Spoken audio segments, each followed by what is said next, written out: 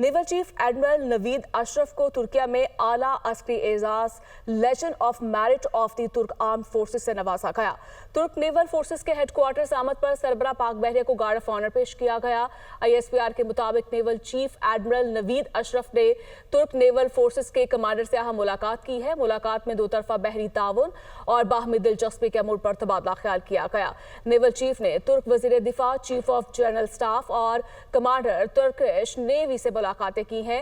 इलाकाई maritime security, दिफाई शराकतदारी, मुश्तरका मशकों और तरबियती सलाहियतों के फ़रोग़ पर जोर दिया गया। पाक बहरिया के मल्टन प्रोजेक्ट का जायजा लेने के लिए नेवल चीफ ने इस्तांबुल नेवल शिप यार्ड का भी दौरा किया है। गॉलिच नेवल बेस के दौरे के मौके पर एडमिरल नवीद अशरफ ने आबदोजों की तामीराती सलाहियतों का भी मुशाहिदा किया है। नेवल चीफ ने टर्किश जहाज समेत मुतादिद नेवल तंसीबात का भी दौरा किया।